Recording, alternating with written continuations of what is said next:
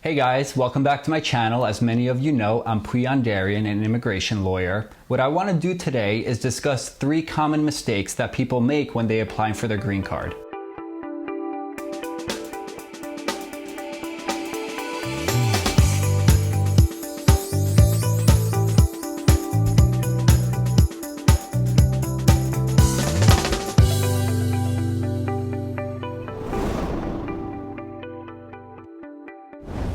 Okay, so this video kind of rehashes content from a video I made in 2018. You could check it out in my videos.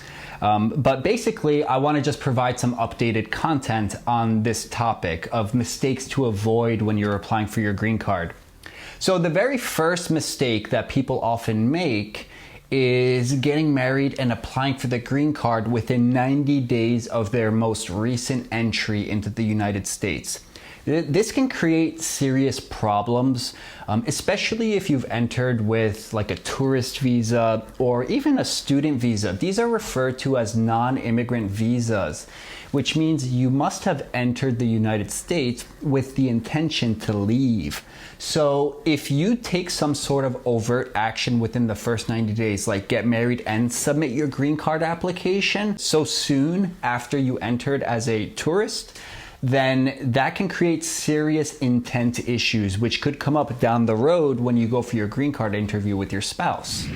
Another common mistake that people make when they submit their green card applications is failing to disclose that they've worked without authorization. In my experience, this typically happens when somebody prepares their own green card application and they haven't advised with an attorney or received any legal advice on how to prepare the green card application. I want to stress that unauthorized employment and unlawful presence in the United States will not be considered against you if you disclose them and if your green card is based on a marriage to a U.S. citizen.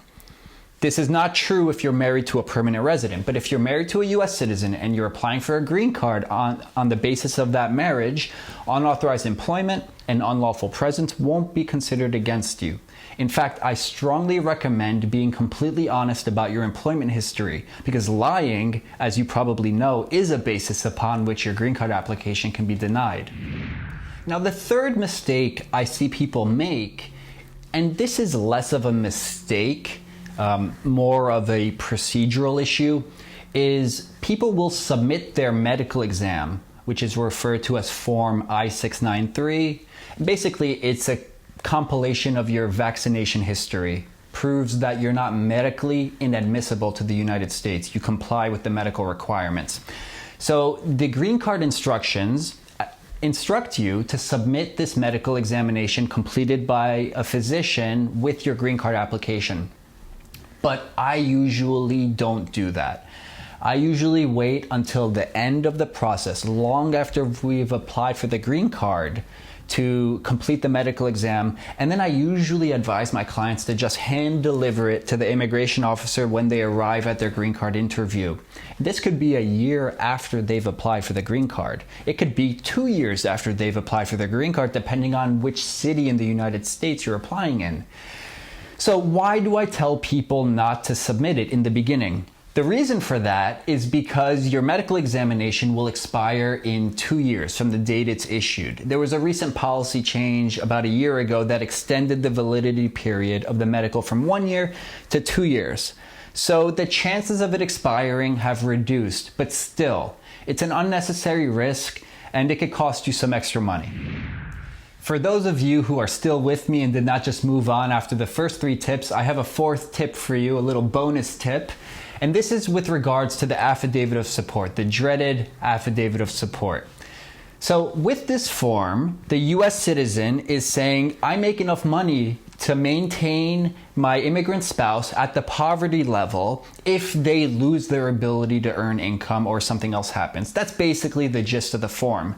So what will happen is USCIS will oftentimes issue a request for additional evidence, and it relates specifically to this form. And the reason that they are requesting more evidence is because there are deficiencies in the tax documents which were submitted.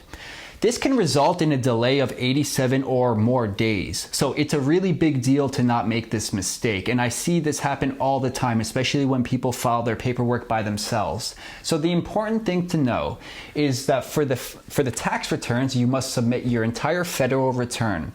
That's Form 1040, along with all of the federal schedules, 1099s, and W-2s where applicable. That's what you need to know for the tax submissions. If you're not new to my channel, you probably know that these 4 mistakes are just the tip of the iceberg in all the mistakes that you can make when you go through this process.